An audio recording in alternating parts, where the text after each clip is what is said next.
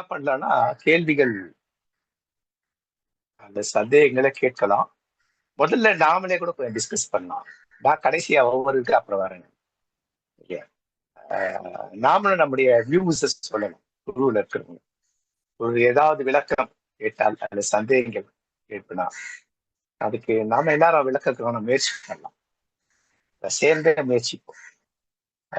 கடைசியா நான் உங்களோட இணைக்கிறேன். ஒவ்வொரு கேள்வியிலும் கேட்கலாம். இது உங்கள் நேரம்.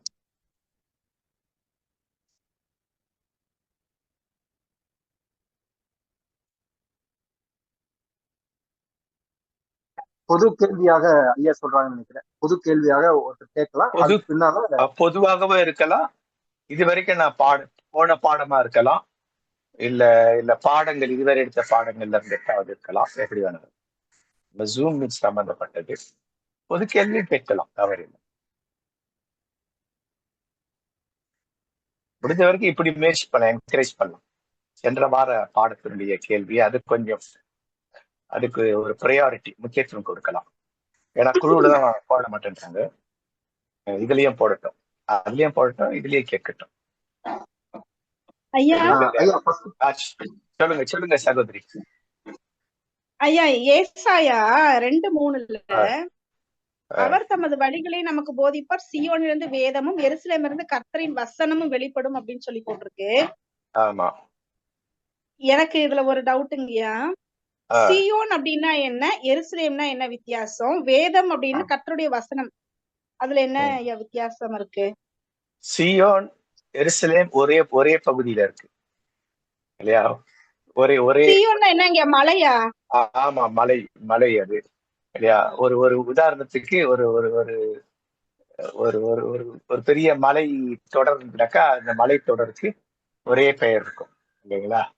அதுல ஒவ்வொரு பகுதிக்கும் ஒரு பேர் இருக்கும்.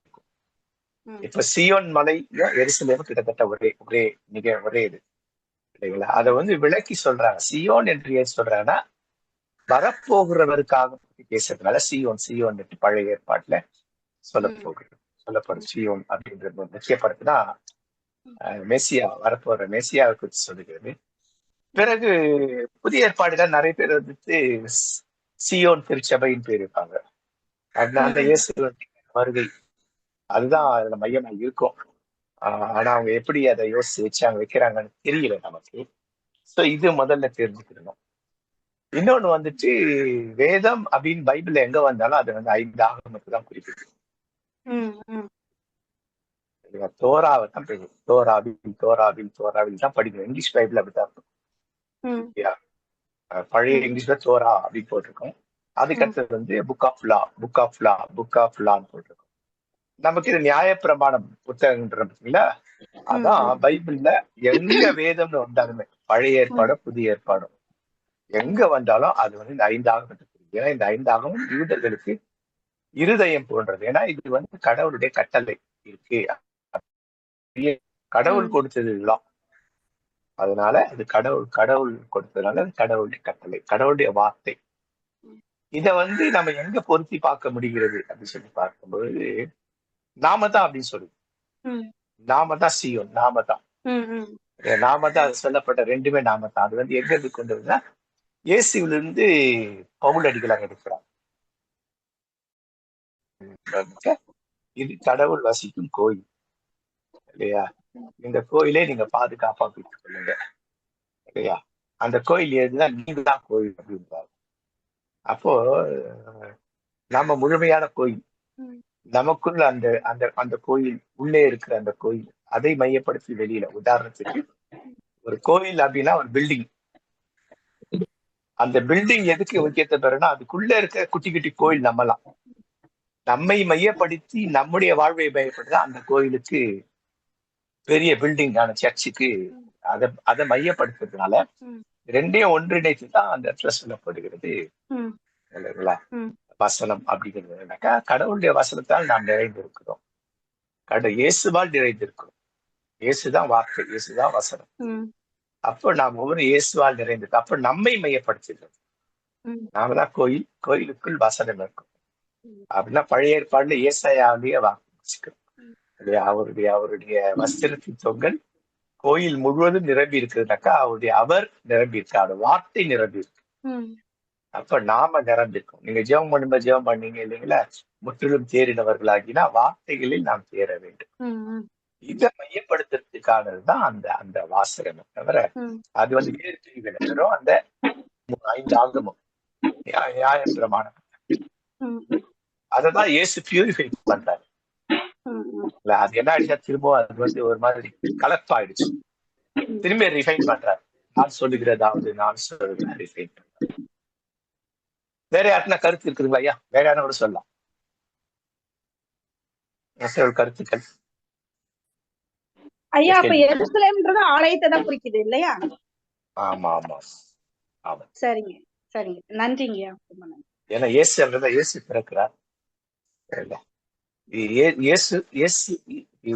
இயேசு பிறக்கிறார். இயேசு என்பது வார்த்தை. அந்த வார்த்தை கோயில்ல வார்த்தையில கடவுள் கோயிலை விட்டு பில்டிங்கான கோயில்ட்டு போயிடுவார். அதான் மனிதர் கைவேலால் கட்டப்பட்ட இதை நாம் வசிக்கிறது இல்லைன்னு சொல்லிட்டு பழைய சொல்லப்பட்டது நோக்கம். அதாவது கடவுள் இல்லை, கடவுளுடைய வார்த்தை இல்லை. ஏசாயாவில் சொன்னபடி என்னன்னாக்கா அவருடைய தொங்கல்கள் இல்லையா முழுவதுமா நிரம்பி இருக்கு அப்படின்னா அவருடைய வார்த்தைகள் நிரம்பி இருக்கு இல்லையா.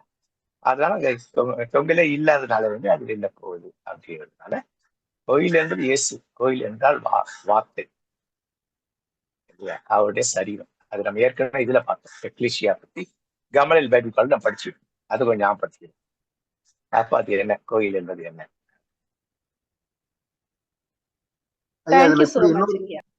சொல்லுங்கய்யா. இன்னொரு காரியம் இருக்கு இல்லையா, அது சியோன் அப்படிங்கிறது ஒரு கோட்டை, தாவீதுனுடைய நகரம், அப்படி அது இருக்கு இல்லைங்களா? ஆமா ஆமா ஆமா. கோட்டை என்பது என்ன இல்லையா, அரணுக்கு திரும்புகள் இல்லையா தமிழ்ல திருவிவிலியத்துல இல்லையா. இதுல பவர் திருப்பத சரியான நீங்கள் அரணுக்கு திரும்புங்கள் அப்படின்னு சொல்லியிருக்கோம். என்ன, கடவுளுடைய வார்த்தைக்குள் வாருங்கள், கடவுளுடைய வார்த்தை. அதான் அதுதான் ஆற்றல் வருது இல்லையா. என்னுடைய கோட்டை என் துருகம்னாக்கா நான் நோக்குள் இருந்தால் நான் அசைக்கப்படுவது அப்படின்னா ஒரு வார்த்தையின்படி வார்த்தையே நான் பிசகாமல் நிற்பேன், வாழ்வேன் அப்படின்னு எதை குறித்த கவலை விட மாட்டேன். அதான் அந்த கோட்டைக்குள் நான் இருந்தேன். அதாவது வேற மாதிரி பாருங்க, ரத்த கோட்டைக்குள் நான் அப்படின்ட்டு பார்த்தேன். அது அது அது ஓரளவுக்கு சரியில்லாது. ரத்த கோட்டை அப்படின்றது திரும்பி வேற மாதிரி பழைய படுத்த போகுது, இயேசுக்குள் அப்படின்றது. அதனால கடவுளுடைய வார்த்தை தான் கோட்டை. அது கோட்டைன்ட்டு அதை சிதைக்க முடியாது அப்படிங்கிறது. அப்ப வார்த்தைக்குள் இருந்தால் நம்ம யாரும் சிதைக்க முடியாது. வேற என்ன கருத்து சொல்லலாம்? அடுத்தது நான் எடுக்கிறேன். இல்ல வேற யாருன்னா இது கேள்விக்கு வேற என்ன விளக்கம் இருக்கா கேட்டுக்கு. விளக்கம் இல்லைன்னா நீங்க விளக்கம் இல்லை அப்படின்னாக்கா நீங்க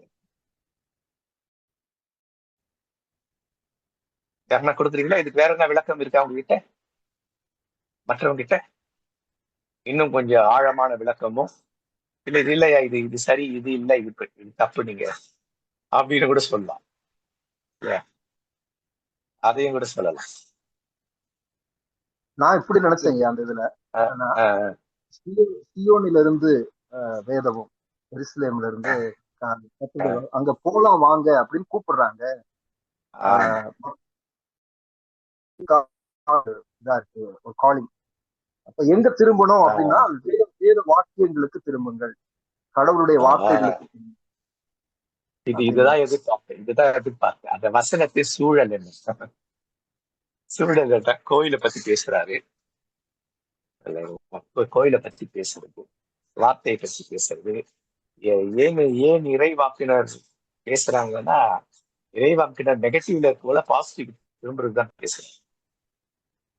இதுதான் நீங்க சொன்ன மாதிரி அதான் சரியான அடிப்படை. இது அதுதான் அடிப்படை. என்னன்னா சூழல், இந்த சூழல்ல இந்த விஷயம். அப்ப சூழலை வச்சு நம்ம படிக்கிறது ரொம்ப ரொம்ப முக்கியம். சூழலின் அடிப்படையில அடுத்த நிகழ்வு என்ன, இப்ப நான் சொன்ன நிகழ்வு அடுத்த நிகழ்வு. வேற எதாவது கூட சொல்லலாம், இல்ல இப்படி கூட ஒண்ணு இருக்குதுன்னு சொல்லலாம். நம்ம நம்ம ஐயா கூட பேசலாம். சேகர் ஐயா கூட எல்லாருமே தெரிஞ்சுக்கலாம், எல்லாரும் பேசணும். தெரிஞ்சுக்கலாம். அவன் எல்லாரும் பேசலாம், எல்லாரும் பேசணும். அதுக்குதான்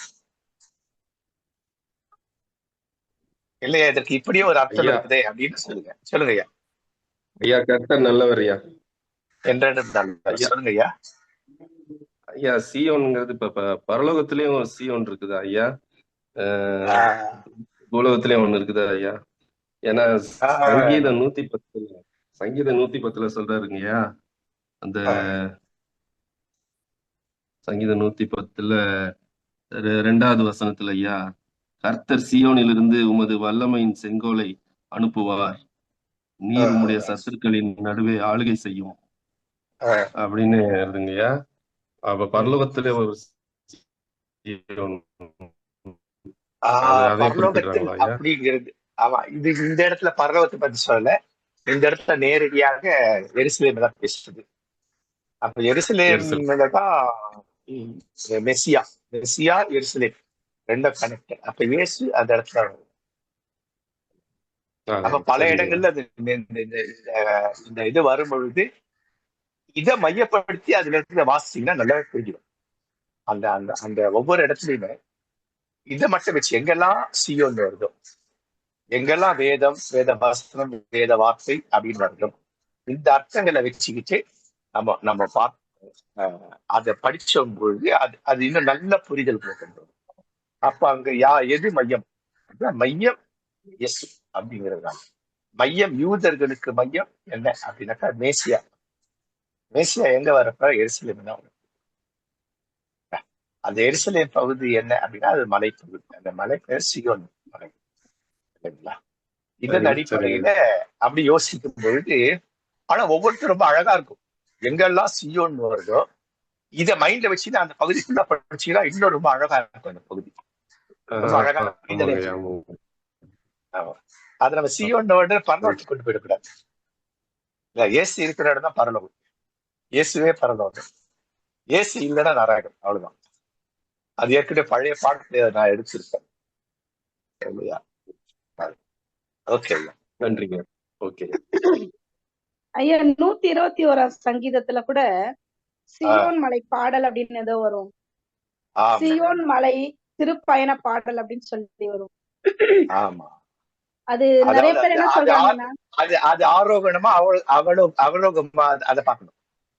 சியோன் மலை பாடல் ரெண்டு இருக்கும். மலை ஏறும் பொழுது ஆரோகணம் தான். மலை எங்கெல்லாம் ஆரோகணம் தான், மலை மேல ஏறும் பொழுது பாடிட்டே பாடுறது இல்லையா? இப்ப நோட் மாதிரி இல்லையா? இறக்குவோம். அப்படி ஏறும் பொழுது பாடுற பாடல், இறங்கும்போது பாடுற பாடல், அந்த தலைப்பையும் பார்க்கணும். அது ஆரோகணமா அவரோகணமா அப்படின்னு. அது எதுவும் போடலைங்கய்யா சியோன் மலை திருப்பயண பாடல். ஆமா, திருப்பயண பாடல் அப்படின்னு பயணம் போறது அப்படின் பொழுது மலையை நோக்கி போறது. மலை ஏறு இப்போ கலிலேயாவில இருந்து இங்க மலைக்கு ஏறணும், இதுக்கு வரணும். கலிலேயால இருந்து வரவங்க திருப்பயணத்துக்கு வராங்க இல்லைங்களா? அவங்க அப்போ அந்த பாட்டு பாடிட்டு வருவாங்க. அப்ப ஆரோகணம் அவரோகணம் இல்லைன்னா அந்த மலை ஏறல, இல்ல கோயிலுக்கு விட்டு மலை விட்டு இறங்கல. பயண பாடல், அதாவது கோயிலுக்கு போறோம், போகும்போது ஒரு ஜெபம் பண்ணிட்டு பாட்டு பாடிட்டு போற மாதிரி இந்த பாடலாம். சரிங்கய்யா. அதையும் அலெக்சாண்டர் ஐயா கேள்வி கேட்டாங்க இல்லையா? அதுலயே அதே போலதான் நிறைய பேர் என்ன சொல்றாங்க ஐயா, சியோன் பரலோகத்துல இருக்கு. சோ அந்த உலகத்துல இருக்கிற அந்த சியோன் மலை அந்த பரலோகத்துல இருக்கிறதுக்கான நிழலாட்டம் அப்படின்னு சொல்லி சொல்றாங்க.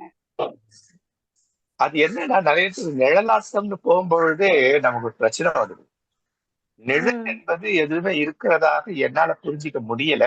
சொல்றாங்க சிலரு, நான் சொல்றது தப்பா கூட இருக்கலாம், பட் நான் அறிந்ததை சொல்லுகிறேன். நிழல் அப்படிங்கிற மாதிரி எதுவுமே நிஜம்தான். எது நிழல் என்று சொல்லி பார்த்தா ஒருவேளை பழைய ஏற்பாடு நிழல் சொல்லலாம். ஏன்னா எல்லாமே இயேசு மையப்படுத்த. புதிய ஏற்பாட்டுக்குன்னு வந்த பொழுது அது எல்லாமே நிஜம்தான். அப்ப பழைய ஏற்பாடு எதுனா அது எந்த வகையில நிழல் அப்படின்றத பார்க்கணும். அப்போ அங்க அப்ப அங்க பரலோக அமைப்பு அப்படின்னு சொன்னாக்கா அது எப்படி என்ன பரலோகம்ன்ற ஒரு இடமா அப்படின்னு முதல்ல அது ஒரு பெரிய நிறைய கேள்விகள் வரும். ஏன்னா இந்த இந்த இது வந்து இதுல வந்துச்சு, இலக்கியத்துல வந்துருச்சு.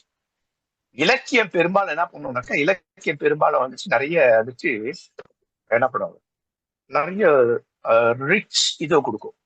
என்னது அலங்கரிப்பு நிறைய இருக்கும். ஆனா ரிச்சா இருக்கும். அந்த அலங்கரிப்பு ரொம்ப ரிச்னஸா இருக்கும் இல்லைங்களா, நல்ல உயர்ந்த அளவுல இருக்கும்.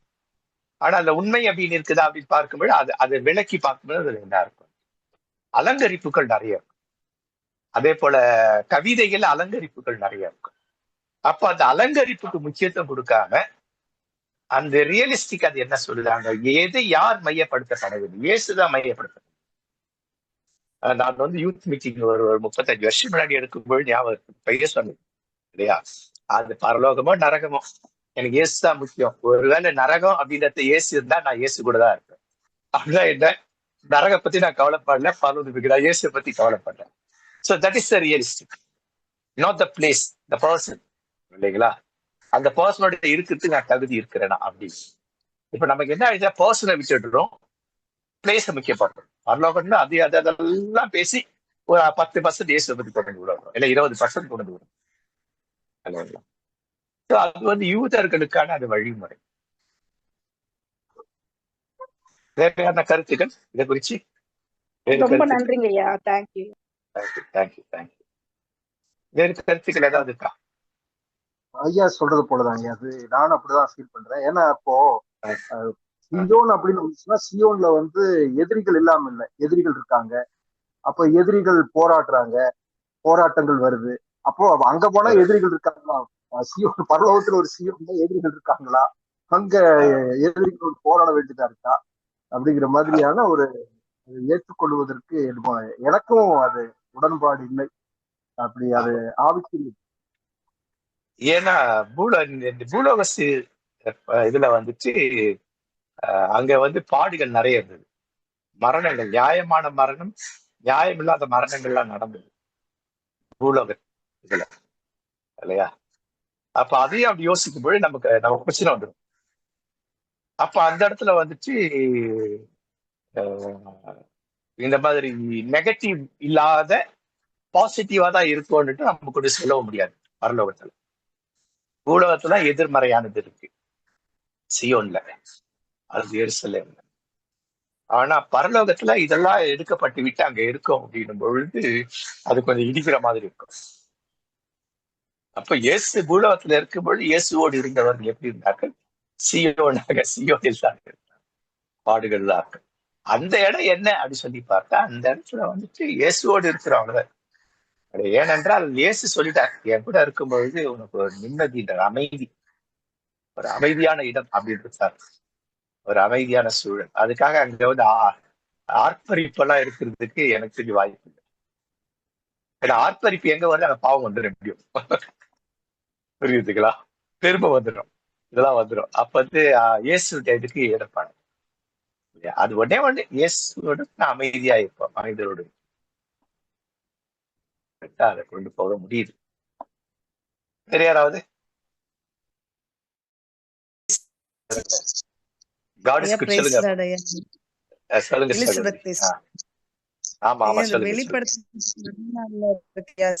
மலையில் மேல் அவரோடு கூட அவர் நாமம் அந்த 1,44,000 பேருன்ட்டு அது வந்துட்டு இப்ப பரலோகத்துலதான் இருக்கு தானே ஐயா. அந்த 1,40,000 பேர் ஏன் பர்டிகுலரா வந்து அது பைபிள்ல ஸ்பெசிஃபை பண்ணிருக்காங்க? ஓகே, முதல்ல வெளிப்படுத்தின விசேஷம் யாரை மையப்படுத்தி எழுதப்பட்டதுன்னா முக்கியமா யூதர்களை மையப்படுத்தி. அப்பதான் யூத கல்ச்சர் அதுல இருக்கு, யூத வழிமுறைகள், யூத விதிமுறைகள் இதெல்லாம் இருக்கு. அது வந்துட்டு மையமா மெஜாரிட்டி யாருக்கு எழுதப்பட்டதுன்னா யூதர்களை மையப்படுத்தி எழுதப்பட்டது. அது யூதரை 2 பிரிவா பிரிச்சு எழுதப்பட்டது.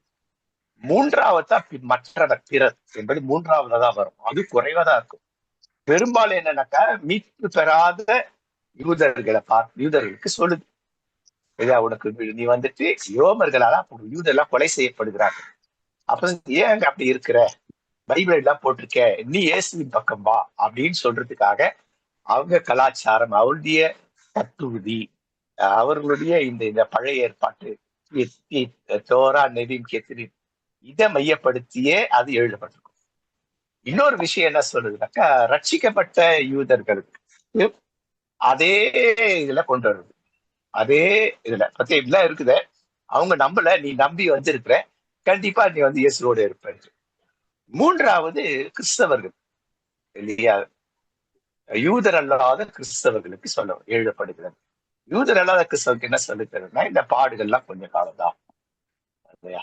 அது யூதர்களுக்கு என்று சொன்னாலும் கூட இவங்க இவங்க என்ன ஆயிடக்கூடாது, உன்னை நம்பி அரசன் நம்பி புருஷனை கைவிட்டேன்னு சொல்ற மாதிரி இல்லாதபடிக்கு அவர்களுக்கு இடத்துல இயேசுவை நம்பினால் இது உண்டு அப்படின்ட்டு இவர்களுக்கு இந்த கோணத்துல ஆனா இந்த கோணம் வந்துட்டு அவர்களுக்கு உரியது, மீட்பு பெற்ற யூதர்களுக்கு உரியது இல்லைங்களா. மீட்பு பெறாத யூதர்களுக்கு உரியது. ஆனா அது மையமா யாரை போக்கஸ் பண்ணுதுன்னா, மீட்படைந்த பிற இனத்தாருக்கு. அப்ப 3 பேருக்கு வருது.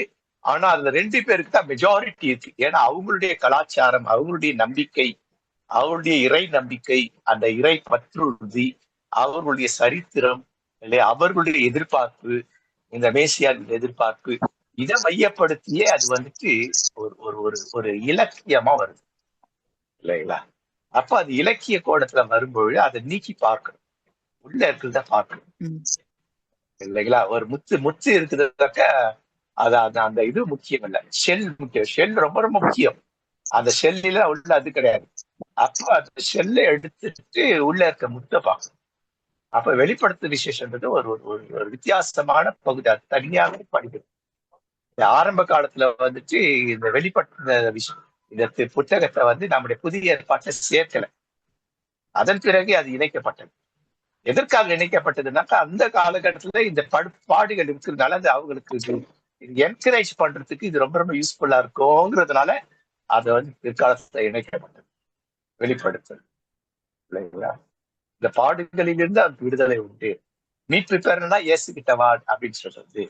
மீட்படைந்தால பாடுகளை பத்தி கவலைப்படாது சொல்றார். அந்த கோணத்துல கொண்டு வரப்பட்ட ஒரு அழகிய ஒரு ஒரு ஒரு ஒரு இலக்கிய நூல். அப்ப அது இலக்கியத்தை பத்தி தெரிஞ்சவங்களால புரிஞ்சிக்க முடியும். மிக முக்கியம் அதை படிக்கணும்னாக்கா யூத கலாச்சாரத்தை பத்தி நல்லா தெரியும்.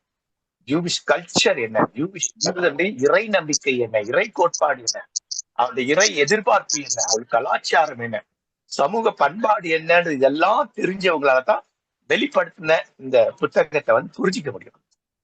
இல்லைன்னாக்கா அது புரிஞ்சிக்கிறது ரொம்ப ரொம்ப கஷ்டம். அதான் புதிய ஏற்பாடு படிக்க வெளிப்பட்ட விஷயம் படிக்காதீங்கன்னு சொல்லுவோம். இப்போதைக்கு படிக்காதீங்க, அது தனியானவர்கள். நாங்க வந்துட்டு அதை எங்க பைபிள் இன்ஸ்டிடியூட்ல இப்ப 2வது முறை எடுத்திருக்கோம். 2022 எடுத்தோம். போன வருஷம் இன்னொரு பைபிள் இன்ஸ்டிடியூட் எடுத்தோம். காலையில 9 இருந்து சாயந்தரம் 5 மணி வரைக்கும் 6 நாள் எடுத்தோம். 6 days, 6 full days. அவ்வளவு படிக்கணும். அதுல அவ்வளவு படிச்ச சிலது வந்து இன்னும் கொஞ்சம் தெளிவு கொஞ்சம் இருக்காது. கொஞ்சம் நாளதான் இது வேண்டாம், இறைக்க வேண்டாம்னு சொன்னாங்க இல்லையா. இருந்தாலும் அது அதன் அடிப்படையில எது மெஜாரிட்டின்னு பார்க்கணும். அதை எடுத்த உடனே வெளிப்படுத்த விஷயம் போக வேண்டாம், அது புரிவது கடினம் இல்லைங்களா. அப்ப நல்லா தேர்ந்தவர்கள் அவர்கிட்ட நீ கேட்டு படிக்கலாம். செமினரிஸ்ல படிச்சவங்க வந்து இதை நல்லா செறிவா விளக்குவார்கள். சாதாரண பிடி படிச்சவங்களே விளக்கு சூப்பரா விளக்குவாங்க. ஒரு எஸ் படிக்கிறதா பிடி பண்றாங்க இல்ல செமினரிஸ்ல, அவங்களே அழகா விளக்குவாங்க. தேங்க்யூ சகோதரி. வேற யாராவது? ஐயா இன்னொரு கேள்வி இருக்கு. சங்கீதம் 76 வந்துட்டு 10வது வசனத்துல மனுஷனுடைய கோபம் உமது மகிமையை விளங்க பண்ணும், மிஞ்சும் கோபத்தை நீர் அடக்குவீர்னு இருக்கு. நான் இதை வாசிக்கும் போது யோசிச்சேன், ஆண்டவர் சொல்றாருல கோபம் கொண்டாலும் நீ பாவம் செய்யாதருன்னு இருக்கு. அவருடைய கோபம் ஒரு நிமிஷம் அப்படிலாம் இருக்கு. மனுஷனுடைய கோபம் எப்படி ஆண்டருடைய மகிமையை விளங்க பண்ணும் அப்படின்னு நினைச்சேன் நானு. அதுக்கு என்ன என்ன என்ன என்னவா இருக்கும் நீங்க நம்புறீங்க? வேற எதுவும் நம்புறீங்களா? வேற எதுனா யோசிச்சீங்களா? நான் என்ன யோசிச்சேன்னா இப்ப மனுஷனுடைய கோபம் இது மகிமை விளங்க பண்ணும், மிஞ்சும் கோபத்தை நீர் அடக்குவீர் அப்படின்னு சொல்லும்போது ஆண்டவருக்கு விரோதமா மனுஷன் வந்து பலன் கொண்டு செய்யும் போது அவருடைய மகிமை அங்க விளங்க பண்றாரு அப்படின்னு புரிஞ்சுச்சு. அதாவது மனுஷன் வந்து தேவனுக்கு மேல தன்னை உயர்த்தி செயல்படும் போது அவர் மகிமைய வந்து அந்த இடத்துல இறங்கி அழிப்பாரு. அந்த இடத்துல அவருடைய மகிமை விளங்க பண்ணுகிறாரோ அப்படின்ட்டு யோசிச்சேன். அது கரெக்டா ஐயா அது? ஆக்சுவலி ஒரு இடத்துல நீங்க ஒரு புரிஞ்சா என்ன சூப்பரா நீங்க சொன்னதுதான் கரெக்ட். என்னன்னாக்க அது மனிதருடைய வைராக்கியத்தை பத்தி பேசும். மனிதன் வந்து கடவுள் மேல் பாராட்டும் வைராக்கியம் இருக்கு பாத்தீங்களா? நீ என்ன விட சரி நான் விட இருப்பேன் இல்லைங்களா? என்ன அடிச்சு போட்டாலும் சரி நான் அப்படிதான் இருப்பேன். கிட்டத்தட்ட அது. ஆனா அதனுடைய அவுட்கம் வந்து கஷ்டமா இருக்குது. கடவுள் வந்து எல்லாரும் சாவடிப்பாரா அப்படின்னு. பட் இருந்தாலும் அது வந்து சரியா இருக்கும். அதாவது கடவுளுக்காக வைராக்கியம் பாராட்டுறத பத்தி பேசுது. அந்த வைராக்கியம்ன்றத வந்து நமக்கு வந்து எபிரேயத்திலயும் வந்துட்டு மொழிபெயர்ப்புல அந்த கோபம்ன்ற வார்த்தை பயன்படுத்தப்பட்டிருக்கு. ஆனா அது தெளிவு என்னன்னா மனிதன் கடவுள் மேல் பாராட்டும் வைராக்கியம் இல்லையா? அப்படிதான் என்ன கோவப்பட்ட என்ன பண்றான், மத்தோட அடிச்சிடுறோம், அவனை வந்து நம்ம விட்டு அகற்றுவதற்கு நம்ம என்னதான் செய்யறோம் இல்லையா?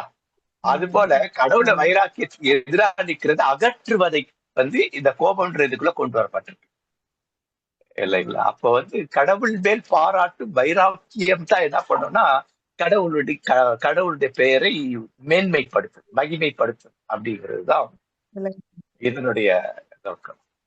அப்ப பைபிள் படிக்கும்போது நம்ம இந்த கடவுள் மேல் இல்லையா, கடவுள் கர்த்தருக்கு பயப்படுகிற அந்த பயப்படுகிறன்ற வார்த்தையெல்லாம் எடுத்துட்டு அன்புன்ற வார்த்தையை வச்சு படிச்சீங்கன்னாக்கா 90% வந்து ரொம்ப நல்லா புரிஞ்சிடும். ஏன்னா அவர் அன்புள்ளவர். அது நமக்கு யூதர்கள் வந்து அந்த வார்த்தையை ஏன் பயன்படுத்துறாங்கன்னா அவங்க வேறு இனத்துல போய் கலந்துடக்கூடாது அப்படிங்கிறதுக்காக ஓவர் இது பண்ணி கொடுக்குறது, ஓவர் ஆர்னமெண்ட் பண்ணுது. நீ சாப்பிடலனாக்கா பூச்சிக்காரன் பிடிச்சிட்டு போயிடா, 3 கண்ணை பிடிச்சிட்டு போவான்ற பார்த்தீங்களா? அதுக்காக பயன்படுத்தப்பட்ட வார்த்தை அது. அங்க அது தவறான வார்த்தையில சரியான வார்த்தை தான். ஆனா அவர்களுடைய அந்த காலத்து சூழல்ல அவர்கள் கடவுளை விட்டு விலகிடாம இருக்கிறது கடவுள் உன்னை தண்டிப்பாருன்ற அந்த இதுல வந்துட்டு சொல்லப்பட்டதுதான் இந்த வார்த்தை. பெரும்பாலும் அப்படிதான் கர்த்தருக்கு பயப்படுகிற பயம் அப்படிங்கிற அந்த பயம்ன்றது கர்த்தரின் மேல் காட்டும் அன்பை வந்து அந்த இடத்துல அழகுபடுத்தி வச்சு படிச்சீங்கன்னா உண்மையிலே பயம் இருக்கு, வரும், சில இடங்கள்ல வரும். ஆனா பெரும்பாலும் வந்து இந்த பயம்ன்றது வந்து அப்படி இருக்காது, அன்பை பயப்படுத்தியே இருக்கும். அப்போ அதனால அவர்கள் அப்படி சொல்லப்பட்டது. அப்ப இன்னைக்கு வந்துட்டு அப்படி நம்ம பிற இனத்தா திடீர்னு வந்து பார்த்தா நம்ம தேவ தேவிகளை போல இவர் அப்படிதான் பயங்கரமா இருப்பார் போல இருக்கு, பல்ல காட்டிட்டு நாக்கத்தை உடம்பு விட்டுக்கிட்டு இருப்பாரு, அந்த மாதிரி தெரியும் வந்துடும். அப்ப நம்ம எப்பவும் பைபிள் வந்துட்டு ஒரு யதார்த்தமாவே பார்க்கணும். அப்படி சொன்னா பிற இனத்தாருக்கு அது யதார்த்தம் புரியுது இல்லையா? இவர்கள்தான் சரியானவர் தெரியும். இதெல்லாம் வார்த்தைகளை பயன்படுத்தும். நன்றி. வேற ஏதாவது சகோதரி? ஐயா நான் ஒரு இதை சொல்லலாங்களா? சொல்ல ஐயா, கண்டிப்பா. அவங்க கேட்ட கேள்வி இல்லையா, நெஞ்சும் கோபத்தை, அதாவது கடவுளுடைய மகிமை எப்படி வெளிப்படுது அப்படின்னா பக்தி. இயேசு கிறிஸ்து அந்த சுத்திகரிப்பு ஆலயத்திற்குள்ளாக அந்த ஆலயத்துக்குள்ள போறாரு. உங்களுடைய பக்தம் என்னை பட்சித்தது அப்படின்னு சொல்லிட்டு அங்க இயேசு அங்க சொல்றாரு. அப்ப அந்த பக்தி வைராக்கியம் கோபமா வந்து பிறர் பார்க்கிற மாதிரி இருக்குது. ஆனா அதுக்கான காரணம் என்னன்னா கடவுள் மகிமை அங்க விளங்க பண்ணக்கூடியதான இடம், கடவுளுடைய மகிமை விளங்கணும் அப்படிங்கறதுதான். ஆமா கரெக்ட், நீங்க அதை கொண்டது கரெக்டுங்கய்யா. அந்த இயேசு கோபம். ஆமா, நீங்க சொல்லுங்க, நீங்க சொல்லுங்க. இன்னொரு இடத்துல வந்து அந்த சூம்பின கையுடைய மனிதனை வந்து அந்த சாபத்துல அத நாட்கள்ல வந்து அங்க நிறுத்துவாங்க, கொண்டு வந்து இவர் மேல் குற்றம் சாட்டுறதுக்கு வாய்ப்பா இருக்கு. ஆனா அவர் சுற்றி இருக்குது கோபம் அவருடைய கோபத்தோடு எல்லாரையும் பார்த்தார் அப்படின்னு இருக்கும் அந்த வார்த்தை, கோபத்தோடு பார்த்தார். ஆனா அதனுடைய பேர் என்னன்னா, ஒரு மனிதனுக்கு விடுதலைக்காக இவ்வளவு பேர் வந்து இடையூறா இருக்கிறீங்க. ஒரு ஆடு விழுந்தா தூக்கி உடனே ஆசைப்படுறீங்க, ஒரு கழுது விழுந்தா தூக்கி உடனே ஆசைப்படுறீங்க. ஆனால் மனிதன் மேன்மை அடைவதற்கு, அந்த மனித மகிமை வெளிப்படுவதற்கு நீங்க இருக்கிறீங்களா அப்படின்னா அந்த பக்தி வைராக்கியத்துல அந்த இதை சொல்றாரு அப்படிங்கறத இதை நான் புரிஞ்சுட்டேன். ஓகேயா? ஆமாய்யா, ரெண்டுமே இருக்கு. ஆமா ஆமா, நீங்க சொல்றது ரெண்டுமே இருக்கு. ஆனா இயேசுனுடைய கோபம் அது ஒவ்வொரு இடத்துல அவர் படுற கோபத்துக்கும் வித்தியாசங்கள் இருக்கும். இப்ப அந்த திருக்கோயில்ல அவர் படுற கோபத்துக்கு காரணம் என்ன அப்படி சொல்லி பார்த்தாக்கா, அந்த இடத்துல வந்துட்டு இல்லையா, கடவுள் இயேசு வந்து மனிதர், 100% மனிதர். மனிதருக்கு எல்லா ஆசாபாசங்களும் இருக்கும் இல்லைங்களா? அப்போ அவருடைய கோபம் நியாயமான கோபமா அநியாயமான கோபமா? அப்போ மனிதர்களாகிய நமக்கு அது டீச்சிங். அது உனக்கும் கோபம் வரும், அந்த கோபம் நியாயமா அநியாயமான்னு பாரு. நியாயமான கோபமா இருந்தாலும் அநியாயமான கோபமா இருந்தாலும் அவங்களோட போய் சேர்ந்துரு இல்லையா? அப்ப நீங்க உங்களுக்கு ஒரு ஐக்கியம் இருக்கும் அப்படிங்கிறது நான் அப்படிதான் புரிஞ்சுக்கிட்டேன் ஆரம்பத்துல. அதனாலதான் நான் ஆயரா பணியாற்றின இடத்துல சர்ச்சுக்கு லேட்டா வந்தாங்கன்னா வெளில போக சொல்றேன். பைபிள் இல்ல, பாட்டு புக் இல்ல, ஜெப புக் இல்ல, வெளில போக சொல்லிடுவேன். உடனே சொல்ல மாட்டேன், முதல்ல 3-4-5 முறை வார்ன் பண்ணுவேன் இல்லையா? அப்போ அது என்ன அப்படின்னாக்கா, அந்த கோபம் அவர்களை சீர்படுத்தி விட்டுற மாட்டேன். உடனே சர்ச்சை முடிஞ்சவன யாரெல்லாம் சொன்னா அவங்க வீட்டுக்கு நேரா போயிடும். இப்ப புரியுதுங்களா?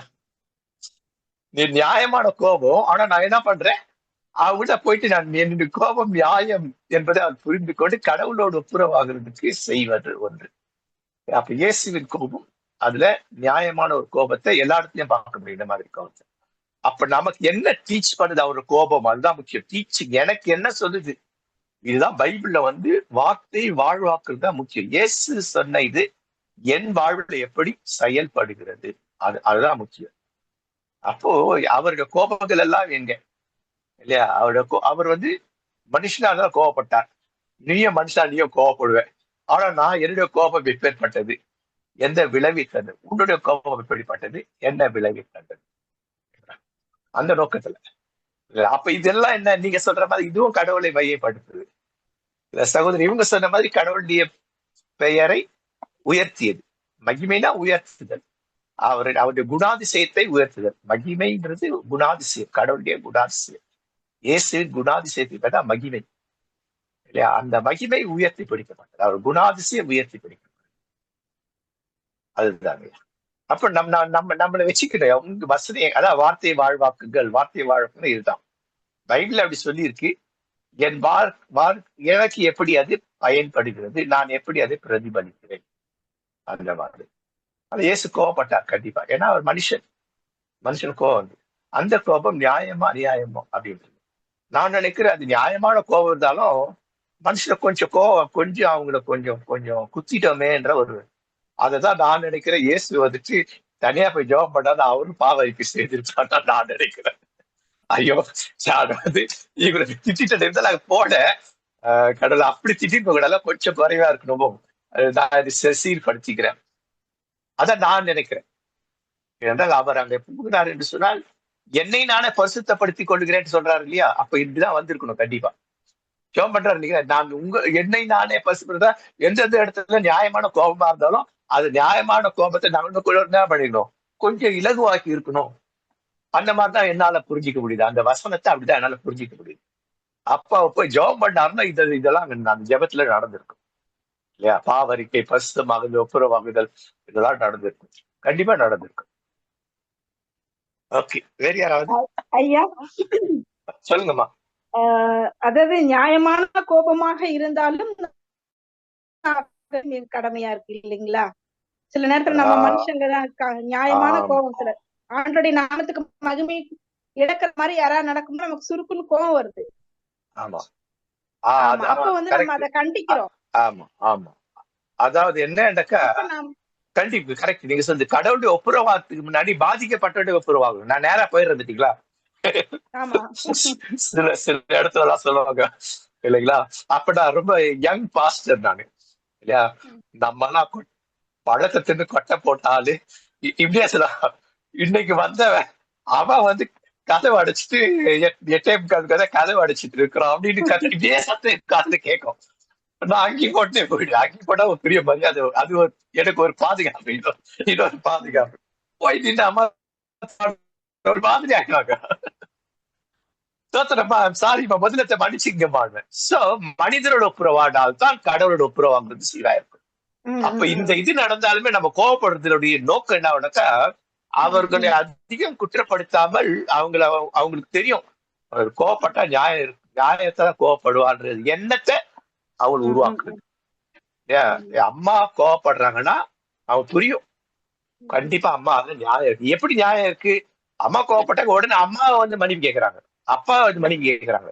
அதான் என்ன, அப்பா இதை புரிஞ்சுக்குவாங்க பிள்ளைகள், உறவினர்கள், நண்பர்கள் எல்லாத்தையுமே இருக்கு. அப்ப நம்முடைய கோபம் நியாயமானது என்பதை அவர் புரிய வைப்பது. எப்படி புரிதலுக்கு வருவாங்க? நாம இதை செய்ய செய்ய அவங்க புரிஞ்சுக்குவாங்க. அப்ப நம்ம என்ன பண்ணணும்க்கா, அதை குறைக்கிறதுக்கு தான் அதெல்லாம். நியாயமான கோபம், நியாயமான எதிர்வினை, அந்த எதிர்வினையை அந்த வீரியத்தை குறைக்கிறது இல்ல, அது முக்கியம். அப்ப கடவுள்கிட்ட போகும்போது ஆண்டவரே நான் இப்படி சொல்லியிருக்க கூடாது, இது கூட கொஞ்சம் இலகுவா சொல்லியிருக்கலாம்ல, கோவப்பட்டிருக்கலாம்ல, இலகுவா கோவப்பட்டிருக்கலாம்ல அப்படிங்கிற மாதிரி அந்த மெச்சூரிட்டி வரும். அதுக்கு இதான் கிறிஸ்டியன் மெச்சூரிட்டிவாங்க. அப்ப இதுல வந்து இந்த ரியாக்ஷன்ல வந்து கடவுளோட நாமமும் மகிமைப்படுது, நாமளும் அதை பக்குவப்படுறோம். ஆமா, பக்குவப்படுறோம். கடவுள் நம்மையும் மகிமைப்படுத்துகிறார். கண்டிப்பா நம்ம கடவுள் மகிமைப்படுத்த நம்ம அப்படி இருக்காது. Okay, thank you. வேறு கேள்விகள்? கடவுள் நல்ல சொல்லுங்க எலிசபெத். இந்த கேள்வி கேட்கலாமா? அது தப்பா ரைட்டான்னு தெரியல. ஆனா கேட்கலாமா? தாராளமா கேட்கலாம். இது அதான் அந்த இடம் தான், இது கேள்வி கேட்கப்படும். சொல்லுங்க. இல்லையா, இப்ப ஏசப்பா வந்து இருக்கிற நாட்கள்ல வந்து ஜீசஸ் வந்து சீஷர்கள் எல்லாம் ஒரு மனமா இருக்கும்னு சொல்லி ஒரு ஜபம் பண்றாரு இல்லையா, சொல்றாரு இல்லையா, நானும் பிதாவும் ஒன்றா இருக்கிறவங்க நீங்க எல்லாம் ஒன்றாருங்க. ஆனா கடைசி வரைக்குமே அது நடக்கல. அவங்க ஒருத்தருக்கு ஒருத்தர் வாக்குவாதம் பண்ணிட்டு இருந்தாங்க.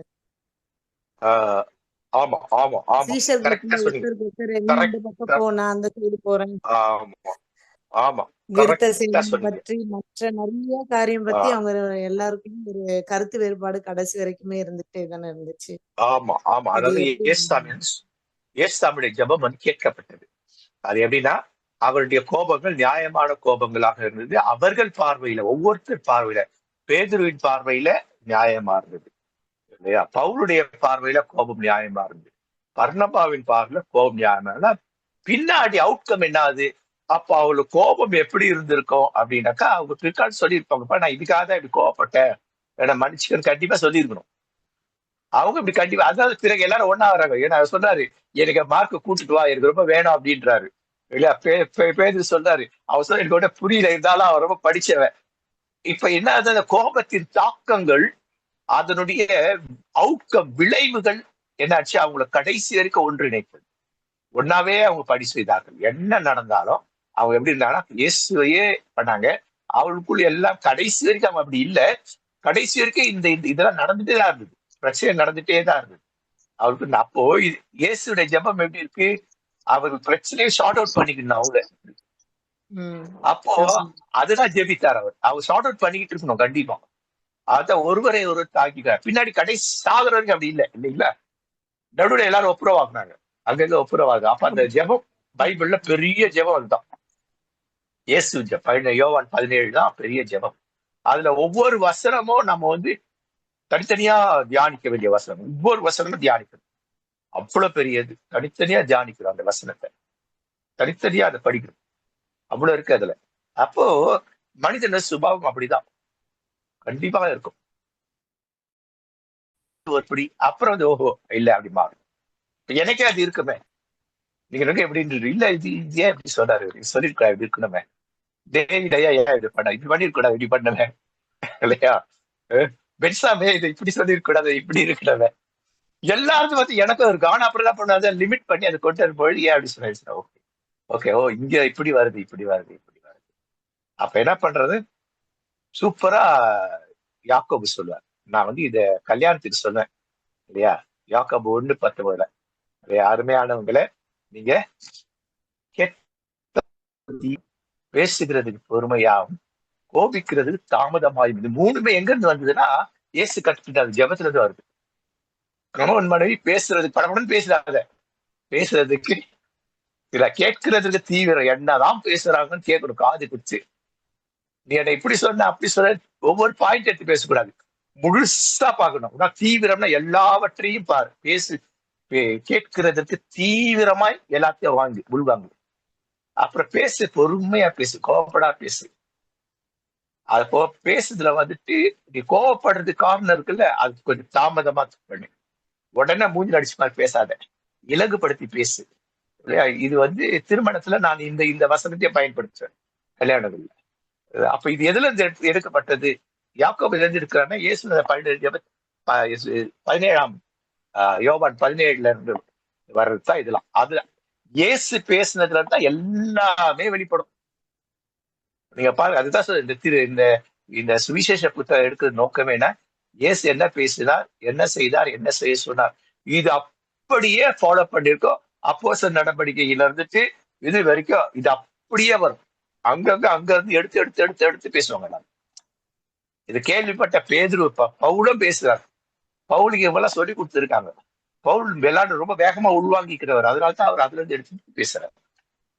பழைய ஏற்பாடு இருந்து இயேசுவை பின்பாயிண்ட் பண்ணி பேசுவாங்க. அதெல்லாம் அது இருக்கும், மனிதர்களுக்குள் இருக்கும். உங்களுக்கும் கூட இருக்கும், எனக்கும் கூட இருக்கும். என்ன ஐயா இந்த மாதிரி சொல்றாரு கூட இருக்கும் கண்டி. அப்புறம் தப்பா சொல்றோம், ஐயாவுக்கு எல்லாம் தெரியும் அப்படி யோசிக்கவே கூடாது. எல்லாம் எல்லாவற்றையும் சோதித்து பார்த்து அதை வசந்து அவருக்கு எல்லாம் தெரியும்ன்ற எண்ணத்துக்கு யாருமே வரக்கூடாது. சொன்னதுல எது கரெக்ட் எது உட்கார்ந்து பார்த்துட்டு அப்படி வரணும். இதுதான் கிறிஸ்தவ மெச்சூரிட்டி, கிறிஸ்டியன் மெச்சூரிட்டி தான் கிறிஸ்தவ முதிர்ச்சி. தேங்க்யூ. வேறு யாராவது? தேங்க்யூ. மற்றும் வேறு யாராவது? சேகர் ஐயா இருக்காரு, அலெக்சாண்டர் ஐயா, வேற யாராவது? ஐயா சொல்லுங்க ஐயா. இப்ப நீங்க சொன்னீங்க இல்லையா யாக்கோபு, ஆமா, 19 வசனத்துல சொன்னீங்க ஐயா. அதுக்கு அடுத்த வசனம் 20 வசனத்துல அந்த மாதிரி போட்டிருக்குதுயா, மனுஷனுடைய கோபம் தேவனுடைய நீதியை நடப்பிக்க மாட்டாது. ஆமாங்க, அது என் ரிசல்ட். சூப்பர் ஐயா, சூப்பர். அது என் ரிசல்ட்.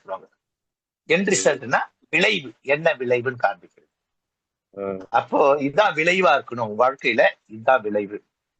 இந்த விளைவு, இந்த என் ரிசல்ட் ரொம்ப ரொம்ப முக்கியம். எதுல எனக்கா எல்லாவற்றிலும் என் ரிசல்ட் இருக்க, முடிவுரை. இதான் முடிவுரை, என் ரிசல்ட். இயேசு செய்த எல்லா விஷயத்திலும், இயேசு பேசின எல்லா விஷயத்திலையும் அது முடிஞ்ச பிறகு ஒரு என் ரிசல்ட் இருக்கும். உதாரணம், சுகமானவர்கள் என்ன பண்ணிருப்பாங்க, நோயின் சுகமானவர், மனம் சுகம். சுகமாகுதல் தான் என்ன தெரியுங்களா, அது மன சுகத்தை பத்தி பேசுது. இயேசு வெறும் உடல் சுகத்தின் வழியாக மன குணம். சுகமாகுதலுக்கு குணமான வித்தியாசம் இருக்கு. சுகம்ன்றது உடல் சார்ந்தது, குணமாகுது மனம் குணமாகுதல். அப்ப மன குணமாகுதல் தான் மையம் இல்லைங்களா? அது ஒரு தனி சப்ஜெக்ட். அது நீங்க நிறைய பேர் என்ன பண்றாங்க, சுகமாக்கும் வல்லமை அதுதான் பேசுறவங்க, குணமாக்கும் வல்லமை பத்தி பேசுறது கிடையாது. அது இந்த இதுலதான் இருக்கும். இந்த செமினரிஸ் தான் நாங்க எடுக்கிறோம். இப்போ ஒரு பைபிள் டிஸ்பிளே எடுக்கிறோம், சுகமாக்கும் குணமாக்கும் வல்லமை அப்படின்னு. அப்படின்னா எது அப்படின்னுட்டு அந்த எடுப்போம். இயேசு எங்களா சுகமாக்குனார். அங்க யாரெல்லாம் குணமாக்கப்பட்டார்கள், சுகமானனும் குணப்பட்டாரா, மத்தவங்க குணப்பட்டாங்களா, குணப்படலையா, இவ்வளவு விஷயங்கள் அதுக்குள்ள வரும். அப்ப இது சுகமாக்கு, பேயை ஓட்டுறது சுகமா, அதுக்கு பிறகு என்ன ஆச்சு இல்லைங்களா? அப்ப அதனால எங்கெல்லாம் குணம் கிடைத்தது, யாருக்கெல்லாம் குணம் கிடைத்தது, யாரெல்லாம் மனம் குணம் அடைந்தது இல்லையா? மன குணம் தான் முக்கியம். குணமாக்குதல்ல மனம் திரும்புகள் என்ன பண்ணுது அப்படிங்கிறது. அப்போ எல்லாத்துலயும் முடிவுக்கு அவர் தேவனை துதித்துக் கொண்டே சென்றார் இல்லையா? இயேசுக்கு நன்றி செலுத்தி கொண்டு சென்றார். இந்த மாதிரி ஒரு லைன் இருக்கும். இயேசுகள் கல்லறி அவர் ஆயத்தமாயிருந்தார். இதெல்லாம் முடிவுரை. இந்த முடிவுரையை பேஸ் பண்ணி அங்க இருக்க ஜனங்கள் எல்லாம் கடவுளை புகழ்ந்தார்கள்.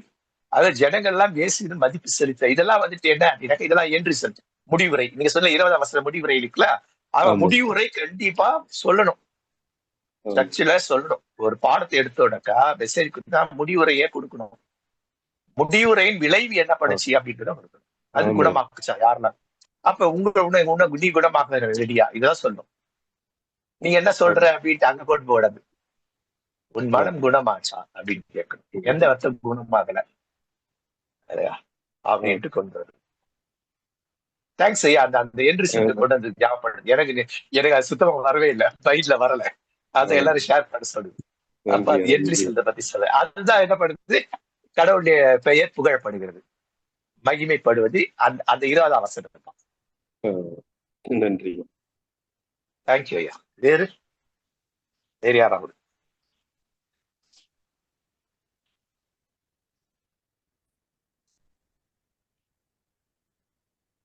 வேற எதனா கேள்விகள்? சென்ற பாடத்தை குறித்த கேள்விகள் சொல்லுங்க ஐயா. சென்ற பாடத்தை குறித்த கேள்வியா? ஆமா ஐயா. அதுல வந்து லூக்கால நமக்கு புதிய கண்ணோட்டத்துல பார்க்கிறோம் அப்படின்னு சொல்லி நம்ம பார்க்கிறோம். அதுல ஏரோது ராஜாவினுடைய நாட்களில் அப்படின்னு சொல்லிட்டு அங்க தொடங்குதுங்க.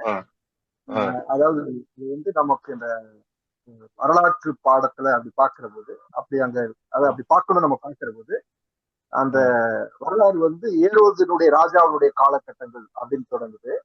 அதே போல திபேரியு சீசர் அப்படின்னு சொல்லிட்டு, திபேரியு ராயன் அப்படின்னு சொல்லிட்டு ராஜாங்காரம் பண்ணும் 15ஆம் வருஷத்துல பொந்து அப்படின்னு சொல்லிட்டு இவங்களை எல்லாம் பத்தி சொல்லிட்டு வருது. அப்ப இவங்களும் ராஜாவா இருந்திருக்கிறாங்க. அப்ப இவர் பேரு, இது பேர் வந்து ரெண்டும் ஒண்ணுதானா இல்ல வேற வேறையா? அப்போ சொல்லுங்க சொல்லுங்க. இது ரெண்டும் வேற வேறையா, இது ரெண்டும் ஒண்ணுதானா இல்ல ஏன் இந்த இடத்துல வந்து அந்த குடிமதிப்பு எழுதுவதற்கான காரணங்கள், அதுக்கான காரணம் என்ன? ஆமா, டைபிரிஸ் சீசர், டைபிரிஸ் சீசர், அவர் வந்து சீசர் இல்ல, சீசருக்குரிய அந்த அந்த அந்த உரிமை அவர் கொடுக்கப்பட்டது இல்லையா? அரசு மோதிரத்தை கொடுத்தாக்க அவர் அந்த அரசு அந்த மாதிரி அவர் கொடுக்கப்பட்டது இல்லைங்களா? திபேரி டைபிரிஸ் இது எங்க ஆளுகை செய்கிறார் அப்படின்னு சொல்லிட்டா, இதுக்கு மேல சீரியாவில் டைபிரிஸ் சீசர் இருப்பாரு. அவர் சொல்வதை இல்லைங்களா இந்த ஆளுநரும் கேட்கணும். ரோம அரசால் சீசரால இது பண்ண ஆளுநரும் கேட்கணும். அதே போல ரோம அரசாங்கத்தினால நியமிக்கப்பட்ட இந்த ஏரோது, இப்ப அவர் அந்த வரலாறு நம்ம படிக்கணும். நான் கொடுத்துருக்கேன், இந்த வரலாறு எல்லாம் கொடுத்துருக்கேன். திபேரி சீசரை பத்திய வரலாறு கொடுத்துருப்பேன், நீங்க படிச்சீங்கன்னாக்கா தெரியும், அந்த வரலாறு கொடுத்துருப்பேன். அப்போ இவர் யாருனாக்கா அவருக்கு ரைட் ஹேண்ட், சீசருக்கு ரைட் ஹேண்ட்.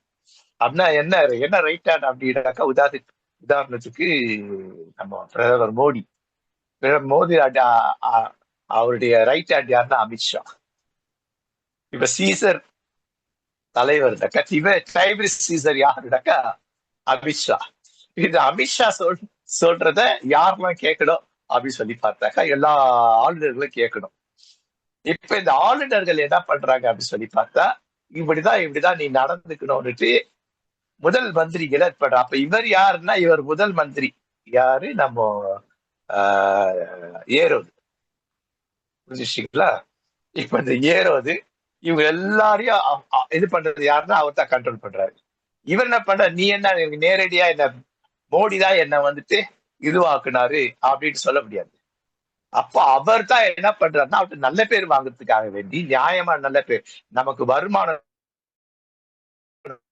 அப்படின்ற வரி விதிக்கிற அந்த கோட்பாட்டை வந்து சீசர்கிட்ட சொல்லி, சீசர் செய்யின்னு சொல்லி இவர் என்ன பண்ண, அந்த வரி விதிப்பு கோட்பாடை கொண்டு வர்றாரு. எப்படி கூட மக்கள் கணக்கெடுப்ப திபேரி சீசர் தான் அங்க சொல்றாரு.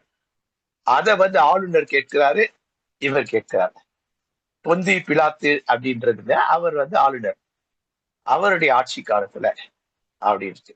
இவர் திபேரி சீசர் எப்பேற்பட்டவன் எப்படி தெரியும்? ரோம வரலாறு படிச்சா தெரியும். வேறுமே திபேரி சீசர் படிச்சுட்டு போயிடும், டைபிரிஸ் சீசர் அப்படின்னு சொல்லி. அப்ப இவ்வளவு வரலாறுகள் இதான் பார்க்குது. அப்போ இந்த விஷயம் எல்லாம் அப்போ ஒரு ரோம் அரசு எவ்வளவு சாலிடா, எவ்வளவு ஸ்ட்ராங்கா இருக்கு, அவருடைய பொம்மை அரசாங்கங்கள் எப்படி எல்லாம் வாழுது, பொம்மை அரசாங்கம் செஞ்சதுதான் இந்த ஏரோது. அப்ப எந்த ஏரோது அதை பார்க்கணும், மகா ஏரோது இல்லையா? அப்ப 3 ஏரோதுக்கள் உள்ள இருக்காங்க. அதெல்லாம் நம்ம சரித்திரத்தை கொடுத்துருக்கோம். அந்த சரித்திரம் எப்பவுமே வந்துட்டு படிச்சு வரணும். சரித்திரத்து போயிட்டு போயிட்டு போயிட்டு அதை மைண்ட்ல வச்சுக்கிட்டு வரும்பொழுது இந்த பாடங்கள் நமக்கு இலகுவா இருக்கும். ஏசிய அவங்களெல்லாம் அது பண்ணல. ஏசிய எந்த அதிகாரி ஆளும் வர்க்கத்தை ஏன் பேசல?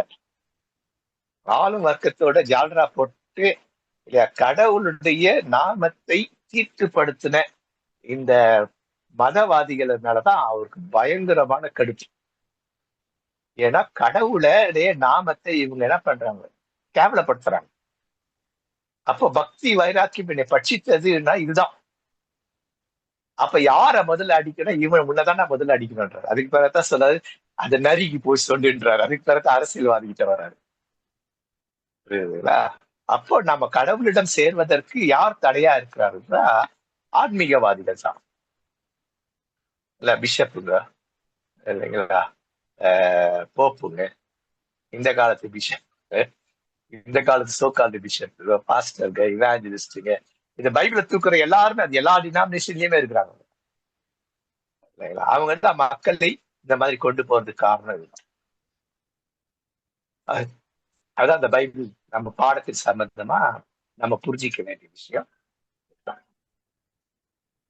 வேறு யாராவது?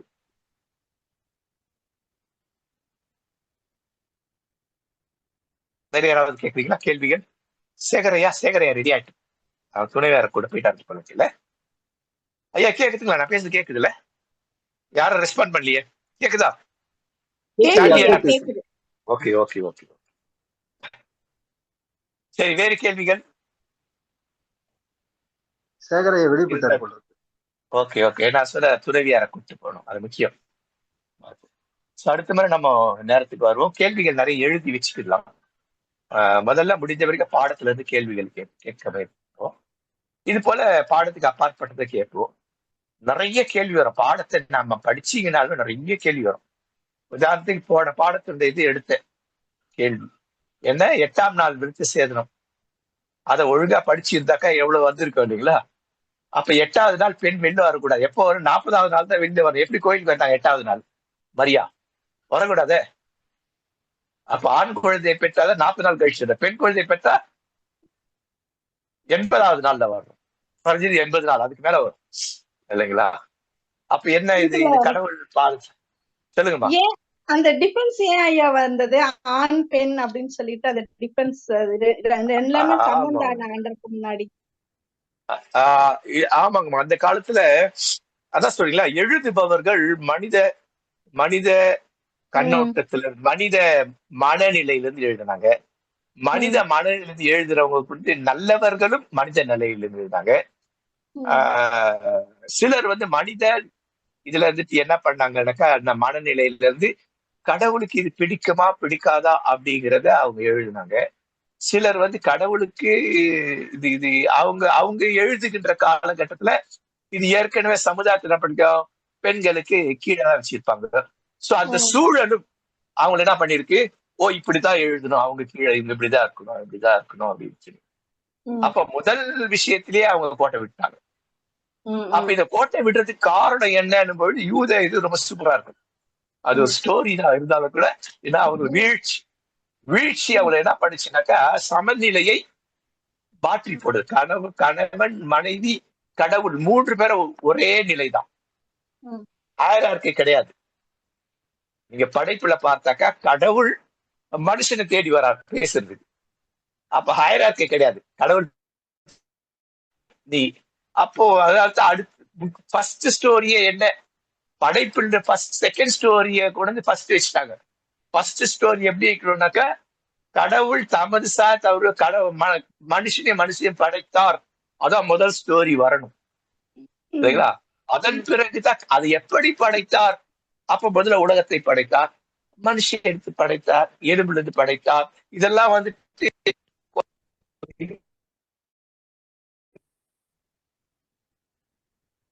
ஐயா உங்க சத்தம் வரலங்கய்யா, சவுண்ட் கேட்கல. வாய்ஸ் ஐயா நெட் இல்ல நினைக்கிறேன். நெட் ப்ராப்ளம் ஆயிடுச்சு சொல்லுமா? ஆமா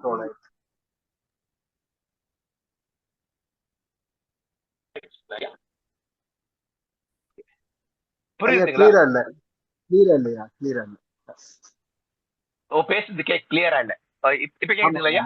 இப்ப இப்பதான் படைப்புல கேக்குது. கடவுள் படைப்புல கடவுள் என்ன பண்ணாங்க அப்படின்னு சொல்லி பார்த்தா, தமது சாயல் தமது ரூபத்தின்படி. அப்ப மூவொரு கடவுள் ஒரே சிந்தை ஒரே கோட்பாடை கொண்டவர்கள் இல்ல. அந்த அப்படி ஒரே கோட்பாட்டை கொண்ட மூவொரு கடவுள் என்ன பண்றாருன்னா, அதே கோட்பாட்டை கொண்டு வந்து மனுஷனுக்குள் புகுத்துக்கிறார். நாம் ஒன்றாயிருப்பது போல நீங்களும் ஒன்றாயிருங்கள் அப்படிங்கிற மாதிரி தான் புரிஞ்சிக்க முடியுது அங்க. அப்படிதான் மனுஷனையும் படைத்தார். அப்ப அந்த படைப்புல என்ன பண்றாருன்னா ஹைரார்கி இல்ல. ஹைரார்கினா என்ன? என்ன சொல்லுவாங்க, டாப் மோஸ்ட் பிரைம் இதுல வந்து முதலமைச்சர், அப்புறம் வந்து மினிஸ்டர்ஸ், அப்புறம் உதவி மினிஸ்டர்ஸ், எம்எல்ஏஸ் அப்படின்ட்டு அந்த மாதிரி ஹைரார்கிஸ் கிடையாது. சீனியர் ஜூனியர்லாம் கிடையாது. ஒரே மாதிரி தான். நம்மை போலவே சமம், 2 பேரும் சமம் அப்படிங்கிறதா படைச்சார். அதை நிரூபிச்சு காண்பிச்சார். அவர் வந்து மனுஷி வந்து சந்திச்சார் இல்லையா? அவங்கள தேடி வந்து அவங்க எங்க இருக்கிறாலும் அங்க தேடி போனாரு. இவங்க வந்து இந்த நேரத்தை கடவுள் வர காத்திருந்த மாதிரி நான் புரியல இல்லையா? அவங்கள பிறர் புரிஞ்சு கொண்டிருக்கலாம். மாலையில இந்த மாதிரி நேரத்துல கடவுள் வர போய் நம்மள போய் அப்ப கடவுளுக்கு மரியாதை கொடுத்தாங்க. அப்ப அப்படித்தான் படைத்தார். அப்ப அந்த படைப்பின் சிந்தனை எங்க போச்சு அப்படின்னாக்கா, அவர் விழுந்த பொழுது அதை பிசாசான என்ன பண்ணா, அந்த சிந்தனைகள் எல்லாம் மாற்றி அதுல வந்து தனி கீழே நீ என்னதான் எலும்புல நிறுத்தப்பட்டவர் தானே, என்னைக்காவது சண்டை வந்திருக்கோம் இல்லைங்களா? இல்லையா? ஆதாம் ஏவாளுக்கு இல்ல, அவங்க சன்னதிக்கு வந்திருக்கோம், வேற எங்கேயோ ஒருத்தர் வந்திருக்கோம். என்ன இருந்தாலும் இல்லையா, நான் தான் ஆதாம் எலும்புல எடுத்த நீ 2வது. இந்த மாதிரி மனப்போக்குகள் வரும்பொழுது இதன் அடிப்படையிலே எழுதப்பட்டதா இருக்கும். அந்த சூழலையும் மையப்படுத்தி எழுதப்பட்டிருக்கு. அப்ப அங்க கடவுளுடைய இது வந்து அவங்க சிந்திக்க முடியாதபடி இருக்கு. அப்போ இந்த எழுதுறது அப்படின்றது ரொம்ப ரொம்ப ரொம்ப பெரிய பகுதி. அது எந்த காலத்துல எந்த சூழ்நிலையில எந்த மாதிரி நிலையில இவங்க எழுதுனாங்க, ஏன் எழுதுனாங்க, இப்ப இவ கடவுள் விரும்புகிற மாதிரி ஏன் எழுதல, தங்கள் சுயத்துக்கு ஏன் எழுதுனாங்க, இதெல்லாம் இருக்கு இவ்வளவு விஷயங்கள். அப்ப எழுதினவர் எல்லாருமே தூய ஆவியானவரால் உந்தப்பட்டுதான் எழுதினாங்க. அவர் எழுதும் பொழுது ஏற்படுற சூழல், கொஞ்சம் எழுதும் போது சூழல் வேற மாதிரி இருந்திருக்கும்.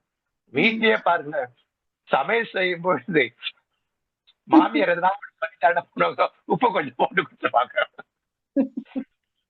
எழுதும் பொழுது இத சூழல் இருந்திருக்கும், அவருக்கு பிரச்சனை இருக்கும்.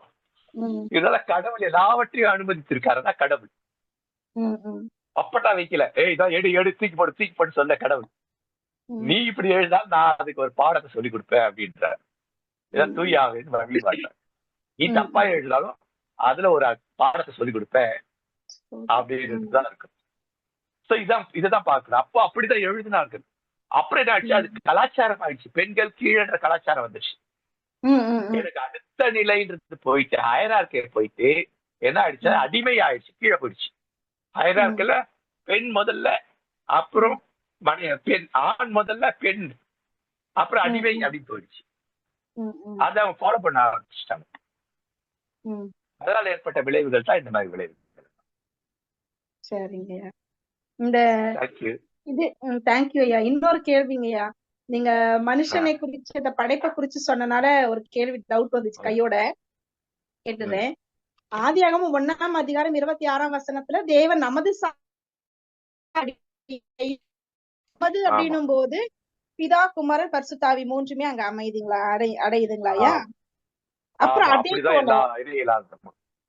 அதே போல வந்து நீங்க பாத்தீங்கன்னா 3ஆம் அதிகாரத்துல 22ஆம் வசனம், பின்பு தேவனாகிய கர்த்தர் இதோ மனுஷன் நன்மை தீமை அறியத்தக்கவனா நம்மில் ஒருவரை போல ஆனான் அப்படின்னு சொல்லியிருக்கு.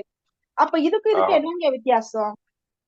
பாவம் செய்யறதுக்கு முன்னாடி ஆண்களை தாயெல்லாம் மனுஷனை படைச்சாரு, பாவம் செஞ்ச பிறகு நம்மில் ஒருவனை போல மாறினான் அப்படின்னு சொல்லி சொல்றாரு. அப்போ வந்து கடவுளுக்கு வந்து எது நன்மை எது தீமை என்பது கடவுளுக்கு நல்லா தெரியும்.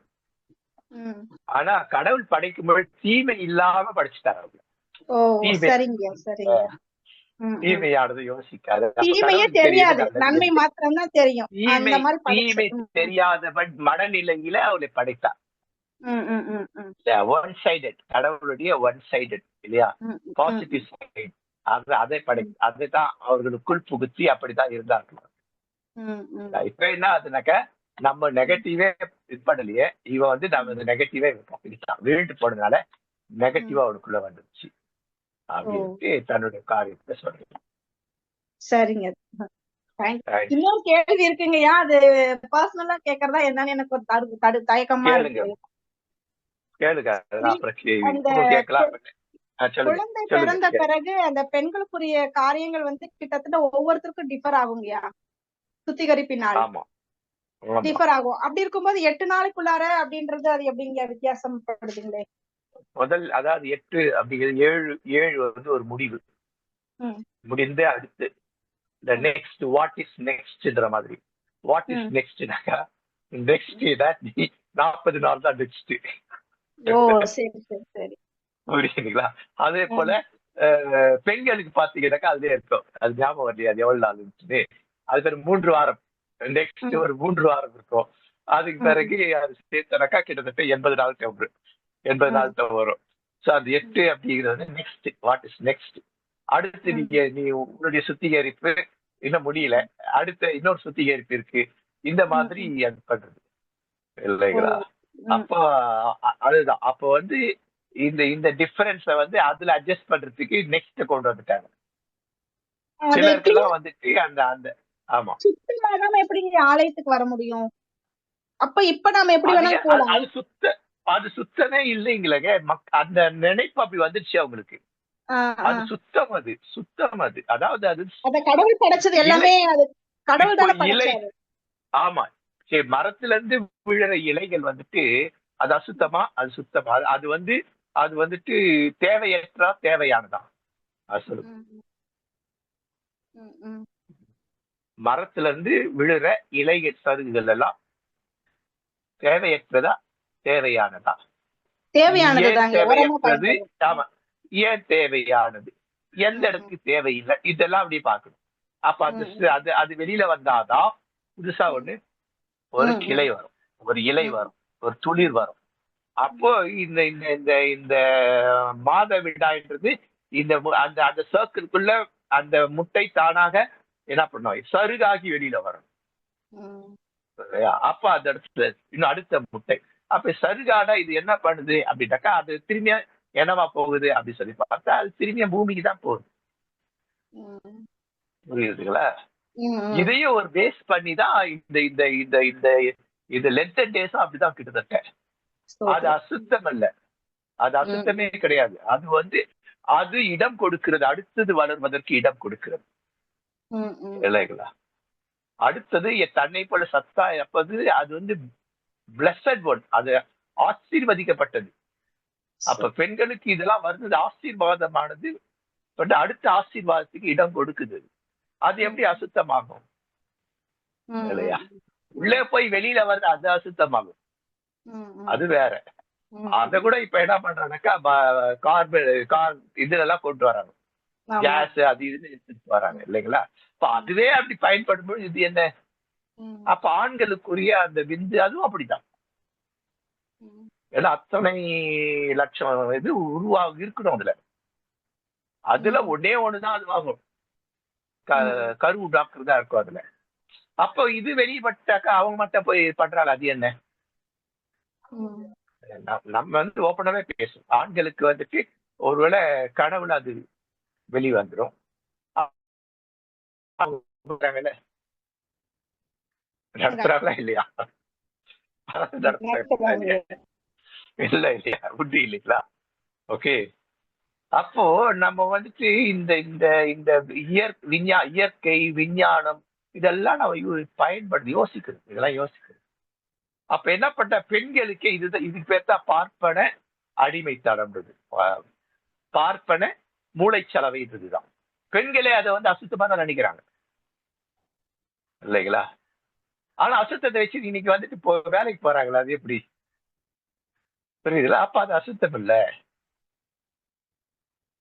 அப்ப இது தவறான மனநிலை. அந்த மனநிலை மெயின் லைன் அகேன்ஸ்டா இருந்தாங்க. அதுக்கு பிறகு ஒரே ஒரு பாஸ்டர் சிஎஸ்எல் வந்த உடனே பெந்தேகோஸ்து தான் அப்பதான் வர ஆரம்பிக்குதுதான். பெந்தேகோஸ்து அங்க ஒண்ணு இங்க ஒண்ணு இருக்கு. அவங்களும் என்ன பண்ணாங்க, பைபிளை பிடிச்சிட்டு சிஎஸ்சில ஒரு இது பண்ணிட்டாங்க. ஏன்னா பேப்பர்ல எல்லாம் வந்துருச்சு அது அப்போ. முதல் பெண் இது தென்னிந்திய திருச்சபை சென்னை பேராயத்துல பெண் ஆயர் அப்படின்னு ஒரு இது போட்டுருவாரு. பாரு இது பாரு பைபிளுக்கு விரோதமானது அப்படி அப்படின்ட்டு. இன்னைக்கு என்ன பண்ற, இன்னைக்கு எவ்வளவு பெந்தேகோஸ்து பாஸ்டர்மாங்க இருக்காங்க. நானே எவ்வளவு பேர் ஆர்டைன் பண்ணியிருக்கேன், எவ்வளவு ஃபீமேல் பாஸ்டர்மாங்கள ஆர்டைன் பண்ணியிருக்கிறேன். புரியுதுங்களா? அப்ப அது முக்கியம் அல்ல. அப்போ பைபிள்ல இதெல்லாம் ஏன் வந்தது, எதற்கு வந்தது, என்ன புரியுது? அப்போ இது ஒரு பெரிய பாடம் இல்லைங்களா? பைபிளை எழுதினவர்கள் அவளோட கண்ணோட்டம் இதெல்லாம் பார்க்க, இவ்வளோ விஷயங்களை பார்க்கணும். ரொம்ப பெரிய பாடம். அந்த ஃபில்டரிங் எப்படி வரும், இந்த மாதிரி நிறைய இருக்குது. இவ்வளவு விஷயம் நம்ம தெரிஞ்சுக்க வேண்டியிருக்கு. அதை நம்ம கொஞ்சம் கொஞ்சமா சொல்லி கொடுக்குறோம். அவ்வளவு இது சொல்றதுக்கெல்லாம் நம்ம பாடம் எடுத்தாதான் புரியும். அதெல்லாம் பாடம் எடுக்கவும் முடியாது, நேரடி வகுப்புலதான் புரியும் அது இல்லையா? திருமறையை எழுதியவர்கள் நம்ம 40 பேர் 1600 வருஷமா எழுதினாங்க. சரி, நான் எப்ப எந்த மழையில எழுதினாங்க, ஏன் எழுதினாங்க, இவ்வளவு விஷயங்கள் உள்ள வந்துட்டு. லூக்காயா நிறைய நிறைய வரலாற்று ரொம்ப சொல்றாரு. மத்தேய இந்த வரலாற்று இவர்களுடைய யூத மேன்மையை பத்தி அதிகம் பேசுறாரு. மார்க் என்னத்துக்கு பிறப்பை பத்தியே கவலை எப்படாம பிறப்பை பத்தியே தூக்கி குப்பையில போடுற மாதிரி போட்டு நேரடியாக பேசுறாரு. யோவான் எல்லாரையும் தள்ளி விட்டு அவரையா அப்படி எழுதுறாரு. இப்ப இவ்வளவு விஷயம் தெரியணும் நமக்கு அதுல. புரியுதுங்களா? அப்ப எல்லாத்துக்கும் நோக்கம் ஒண்ணுதான். எல்லாம் எங்க சேருது அப்படின்னு சொன்னா இயேசுவின் சேருது. அந்த மூவர் கடவுள் இயேசுவின் வந்ததன் நோக்கம் என்ன இல்லையா? அது இயேசுவின் நோக்கம் எங்க நிறைவடையுது? திருவிருந்தில் நிறைவடையுது. நான் செஞ்ச நீங்க செய்யுங்க, என்னை நினைவு கூறுங்களா, நான் என்னெல்லாம் செஞ்சான்னு நினைச்சு பார்த்து செஞ்சீங்களா செய்யலையான்னு நினைவு கூறுகள். அது வரணுங்க. இது என்னுடைய சரீரம், இது என்னுடைய ரத்தம், இதை நீங்கள் சாப்பிடும் பொழுதெல்லாம் பருகும் பொழுதெல்லாம் நான் என்னெல்லாம் செய்தேன் என்பதை நீங்கள் செய்திருக்கிறீர்களா என்பதை நினைவு கூறுங்கள். அவ்வளவு வருது உள்ள அந்த நினைவு கூறுகளுக்கு முன்னாடி இவ்வளவு வருது. அப்ப மத்த 28, 18, 19, 20 செஞ்சீங்களா அப்படின்னு நினைவு கூறுங்கள். அதுதான். வெறுமனே இயேசு சிலுவையில இருக்கா நினைவு கூர்ந்து என்ன பிரயோஜனம்? ஒரு பிரயோஜனம் கிடையாது. கல்வாரி அன்பின் பாட்டு பாட ஒரு பிரயோஜனம் கிடையாது. இயேசு என்ன சொன்னார் நினைவு கூறுங்கள், என்ன செய்தார் நினைவு கூறுங்கள், என்ன செய்ய சொன்னார் நினைவு கூறுங்கள், நீங்கள் அதை செய்தார் நினைவு கூறு. இவ்வளவு வருது அந்த நினைவு கூறுகளுக்குள்ள. பெருசா எழுத்துட போல இருக்கு. இல்லையா, ரொம்ப டீப்பா நல்ல விளக்கம் நல்லா இருந்ததுங்க. நன்றிங்க ஐயா. தேங்க்யூ. Okay, thank you. வேறு யாராவது வேறு கேள்விகள் இருந்தாலும் பண்ணலாம். நமக்கு நேரம் அதிகமாயிடுச்சு. கேட்கலாம். நான் ஃப்ரீ தான், ஒன்றும் பிரச்சனை இல்லை. மதியம் 2 மணிக்கு மேலதான் எனக்கு இல்லை என்றால் நாம் இதை வேறு யாராவது கேள்விகள்? சகோதரி இவங்க, அப்புறம் அலெக்சாண்டர் ஐயா, ஸ்டான்லி ஐயா, கேள்விகள் ஏதாவது இருக்கா? அப்பார்ட் ஃப்ரம் சிலபஸ் கேட்கலாங்களா ஐயா? கேட்கலாம்மா, கேட்கலாம். ஆதியாகமம் 21ஆம் அதிகாரத்துல நம்ம பார்த்தோம்னா லாஸ்ட் வசனத்துல ஐயா ஆபிரகாம் தோப்பை உண்டாக்கினா அப்படின்னு சொல்லி வருதுங்க. ஏங்க அது என்ன தோப்பு? ஆமா, 33, 21, 33 ஆபிரகாம் பெயர் சபாவிலே ஒரு தோப்பை உண்டாக்கி சதா காலம் உள்ள தேவனாகிய கர்த்தருடைய நாமத்தை அப்படின்னு சொல்லி தோப்புன்னு எதை குறிக்குதுங்கய்யா? சின்ன தோட்டம் மாதிரி தான். ஆனா தோட்டம் மாதிரி வச்சு வழிபட்டவர்கள் பிற இனத்தவர்கள். என்ன பண்ற, பிற இனத்தவரை போல தோப்பு வச்சு அங்க கடவுளை வழிபட்டார். ஒரு தோட்டத்துக்குள்ளார அங்க சுத்தி இருக்கிற மக்களை தான் தோப்பு விக்கிரகங்கள்ல, அப்புறம் அது விக்கிரகம் மாறுற மாதிரி அங்க விக்கிரகம் இல்லாதபடிக்கு அவர் கண்டிப்பா அங்க ஆபிரகாம் விக்கிரகம் வச்சாரா வைக்கலையான்னு தெரியல. ஆனா அந்த சிஸ்டம், ஏன்னா அவரை பின்பற்ற பார்த்தா என்னடா அவங்கள கும்பிடுறதுக்கு ஒரு இடம் இருக்கு, நமக்கு எப்படி பார்த்தாரு, இவரும் பார்த்தாரு, சரி அதே மாதிரி வந்துச்சு. அந்த இடத்துல இயேசு கூட நிக்கிறார். புரியுதுங்களா?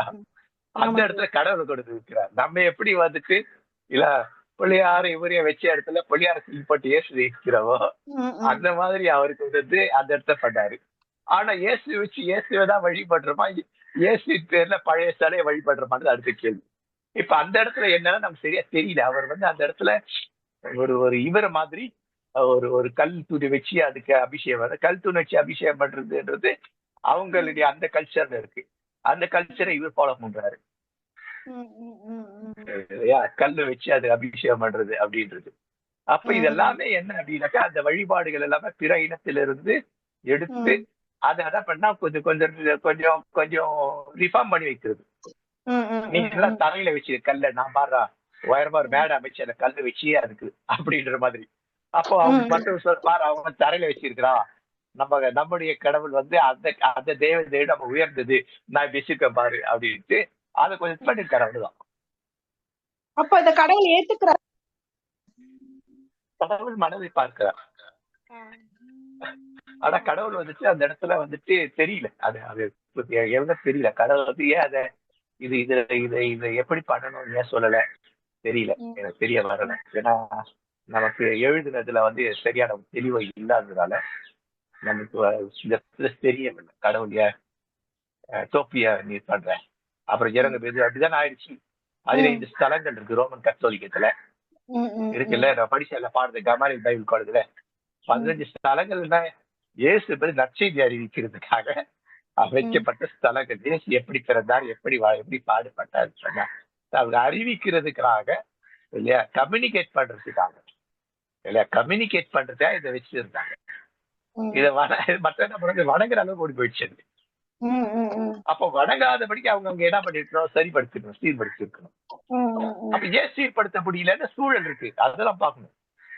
அப்ப இவங்க அவங்க மாதிரி போயிட்டாங்களான்னா இல்ல, அப்ப அங்க என்ன சூழல் அதெல்லாம் பார்க்கணும். 12 ஸ்தலங்கள் என்ன ஆயிடுச்சு, அதை தொட்டு கும்பிடுறாங்க, அதுக்கு பூஜை பண்றாங்க, சாப்பாடு வைக்கிறாங்க, மெழுகுவத்தி வைக்கிறாங்க, இதெல்லாம் வைக்கிறாங்க இல்லையா. அப்ப அது மேன்மையான ஒரு விஷயம் எப்படி இப்படி போயிடுச்சு. பைபிள்ல வந்து பழைய ஏற்பாடு வந்து இந்த மாதிரிதான் இந்த கோணத்துல வச்சு பார்க்கணும். அப்பதான் அது புரியும். தோப்பு விக்கிரக தோப்பு இருக்கும் வடம் இதுல பவன் திருக்குறள்ல. அப்பதான் இவர் விக்கிரக தோப்புலயே சிலை வச்சே வணங்கினாரு. யோசுவாவா யாரு, யோசுவாவா நீதிமொழிகள் நியாயாதிபதிகள் கூட நீதிமன்ற தலைவர் கூட யாராவது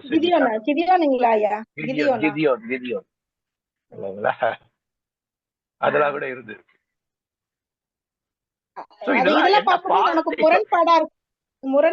முரண்பாடு இல்ல. ஆமா முரண்பாடுதான். முரண்பாடுல கடவுள் என்ன சொல்லி பாடம் என்ன லெசன் சொல்லி கொடுக்குறாரு. அப்ப நீ வைக்கும் போதே அவங்கள மாதிரி தோப்பு விக்கலாம் வைக்காத. அப்ப தோப்பு விக்கிறவங்க வச்சினாக்கா அதன் ஊடாக நீ ஒரு வேற விஷயத்த சொல்லி கொடு. கலாச்சாரத்தோடு கூட நீ இணைந்து கொள், பிணைந்து கொள்ளாதே, இதுதான் முக்கியம். அப்ப மற்ற நாடுகள்ல கலாச்சாரத்தோட இணைந்து போனதா கிறிஸ்தவம் பரவிச்சு. நம்ம நாட்டுல இருந்து கலாச்சாரத்துக்கிட்டே போகாம ஒதுக்கி வச்சுட்டாங்க, நாங்க வேற நீ வேற. அதனால கிறிஸ்தவ இந்தியாவில வளரல, ஆசிய நாடுகள்ல பெரும்பாலும் வளரல. இதுதான் காரணம். ஒண்ணு வந்து பின்னி பிணைஞ்சுட்டா ரோம கத்தோலிக்க மாதிரி அப்படி போயிடுது. அது பின்னி பிணைஞ்சப்போ அந்த இடத்துல வந்து அவங்களால அதை விளக்க சொல்வதற்கான சூழல் அங்க வேற வேற மாதிரி இருந்தது. இதை நம்ம பண்ண போய் அவன் விட்டு ஓடி போயிட போறான், முதல்ல இங்கே வச்சு சொல்லி கொடுக்கலாம் அப்படின்ற ஒரு கோணம். ரோம கத்தோலிக்க வரலாறு படிக்கணும், அத படிக்கணும், அந்த வரலாறு படிக்கணும், அந்த ஹிஸ்டரி சர்ச் ஹிஸ்டரியில அந்த அந்த பகுதியை படிக்கணும். அப்பதான் அதெல்லாம் புரிய வரும். அப்ப அதெல்லாம் நியாயம் இருக்கும். அப்ப நமதுல நியாயம் இருக்கு, அதுலயும் அநியாயம் வந்து நம்ம இப்ப இருக்கிற ஏன் அநியாயம் வந்தது. அப்ப கடவுள் என்ன சொல்லி கொடுக்கிறார், அதான் முக்கியம். கடவுள் இதுல என்ன டீச் பண்றார். தோப்பு படைக்கும் ஜாக்கிரதையா படை, கடைசி இருக்க தோப்பியே வச்சுக்காத, அதுல வேற என்ன பண்ணு. இதுதான் பாடம். எல்லா எதிர்மறையானது எல்லாமே நான் பாடத்தை சொல்லி கொடுக்குது. அப்படிதான் பார்க்கணும். குழந்தைகளை கொன்று போடுங்க, அந்த பாடத்தை சொல்லி கொடுக்குது. வினகாசன் படும்போது எல்லாம் பண்ணா அது ஒரு பாடம், எல்லா பாடம் சொல்லி கொடுக்குது. இதுல கடவுள் எனக்கு என்ன பாடத்தை சொல்லி கொடுக்குறதா முக்கியமே தவிர கடவுள் இப்படி பண்ணிட்டாரு அப்படி பண்ணிட்டாரு, அவர் பண்ண நியாயம் தான், அவர் பண்ண அநியாயம் தான் அப்படின்லாம் போகக்கூடாது. நியாயங்களா இருந்தா நியாயங்களை நீ தொடர்ந்து பின்பற்று, அநியாயங்களை நீ அந்த மாதிரி அநியாயம் பண்ற மாதிரி ஆயிடாது. இதுதான் நமக்கு லெசன் சரிங்க. பைபிள்ல. Each and every positives and negatives எல்லாம். ரொம்ப நன்றிங்க ஐயா. Okay, thank you thank you. அடுத்த முறை நாம ஆயத்தமா இருப்போம். குழுவிலேயே நீங்க போடுங்க. நம்ம குழுவுல நம்ம அதுல வந்துட்டு பொது கருத்துக்கள் போடலாம். ஷேரிங் இல்ல, ஜிபிசி டிசைபிள்ஸ் யூனியன்ல பொதுவான பாட சம்பந்தமா இருக்கிற வெளியில இருக்கிறதே கொண்டு இந்த பாடத்துல இப்படி இதன் ஊடாக வெளியில இந்த மாதிரி இருக்குதுன்றத நம்ம ஜிபிசில போடலாம். சோ முடிக்கலாம் என்று நினைக்கிறேன். உங்களுக்கு நேரம் ஆயிடுச்சு எல்லாருக்கும். 1/4 மணி நேரம் எக்ஸ்ட்ரா 11:15 ஆரம்பிச்சேன். 1 ஆயிடும். ஸ்டான்லி ஐயா, கடவுள் நல்லவர். ஆம், ஸ்டான்லி ஐயா இருக்காரு. என்னங்க ஐயா? இருக்குங்க, அவ்வளவுதான். Okay okay okay okay. Suresh ஐயா ஜாப் பண்ணி சுரேஷ் ஐயா ஜாப் பண்ணுங்க. ஜான் ராஜே ஐயா ஜாப் பண்ணுங்க. அடுத்தது வந்து மணிப்பூர்ல வேகமா திரும்புது எல்லாமே. அவன் அமெரிக்காவை பார்த்து பயப்படுறாங்க. நான் அனுப்புறது எத்தனை பேர் படிச்சீங்க பார்த்துக்க தெரியல. நான் வீடியோ அனுப்பியிருந்தேன் இல்லையா? அதுல கடவுள் வந்துட்டு இல்லையா, அந்த பழமைவாதியான அவர் பழமைவாதி தெரியும், பழமைவாத கிறிஸ்தவர், அவரை கடவுள் பயன்படுத்தி என்ன பண்றாரு, மோடியை உடனே பண்ணி விட்டாரு இல்லைங்களா?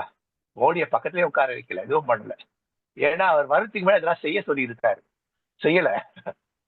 புரியுதுங்களா? அதனால என்ன பண்ணிட்டாரு, அவன் கடவுள் யாரெல்லாம் எங்கெல்லாம் பயன்படுத்த பழமைவாதியை இங்க இருக்கிற பாதிக்கப்பட்ட மற்றவர்களுக்காக பேசுவதற்கு பண்ணியிருக்காரு. அப்ப இது பண்ணியிருக்காருன்னா யாரு காரணம்? இன்னைக்கு நம்ம எத்தனை பேர் திறப்பின் வாசலில் நின்று இருக்கிறோமோ அதற்கு கடவுள் செவிமடுத்திருக்கிறார். இது நல்லா மனசு வச்சுக்கிறோம். எல்லாரும் அதான் திறப்பின் வாசல் நிற்கும்படி நான் சொல்லி நம்ம ஜெபம் பண்றோம். பணம் கொடுக்காதீங்க, பணத்தை விட நமக்கு திறப்பின் வாசல் நிக்கிறவங்க வேணும். ஒருத்தரையும் காணும்ன்ற அவர் ஆசையை விட ஒரு 2 பேராவது 3 பேராவது 5 பேராவது இருக்கிறோம் நம்ம காண்பித்ததுனாலதான் இது நடந்திருக்கு. இல்ல அது நடந்தே இருக்காது இல்லைங்களா? இப்ப அவங்களை பார்த்தா கிட்டத்தட்ட ஒரு 20% 25% அதிகபட்சம் அவங்க 75% எல்லாம் வெளியில போயிட்டாங்க. அவங்களுக்கு சின்ன சின்ன வேலைகள் என்ன அவங்களுடைய அந்த பகுதி ஊருக்கு போய் செட்டில் ஆகுறதுக்கு இப்ப அரசாங்கம் அவங்களுக்கு பாதுகாப்பு கொடுத்து அதை சரிப்படுத்துது இல்லையா? அவங்க இழந்து போனதை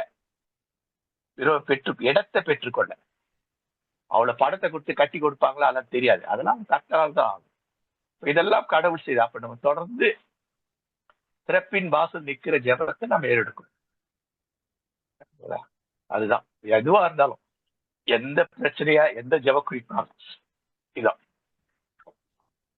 இதுக்காக ஜெபம் சுரேஷியாக ஜெபம் பண்ணலாம், நம்ம இவருக்காக ஜெபம் பண்ணலாம். அதே போல என்னுடைய தம்பி மனைவிக்காக கூட ஜெபிக்கலாம். நான் இது வரைக்கும் வைக்கல, அதை வைக்கிறேன். ஏன்னா அவங்களும் தெரப்பி எடுத்துட்டு தான் இருக்கிறாங்க. அவங்க பையனை அவங்கதான் பாதிப்பு. அவங்க ஹஸ்பண்ட வீட்டு வேலையை விட்டாரு. ஏன்னா மனைவியை பார்க்கணும், பையன் 7 தானா தன் வேலை செய்ய முடியாது. இடுப்புக்கு மேல அவங்களோட உடல் செயல்படும், இடுப்பு கீழே செயல்படலை. கடவுள் பக்கம் தைரியமா நிக்கிறாங்க. அப்போ அப்படிப்பட்ட மனநிலை பாதிக்கப்படுகிற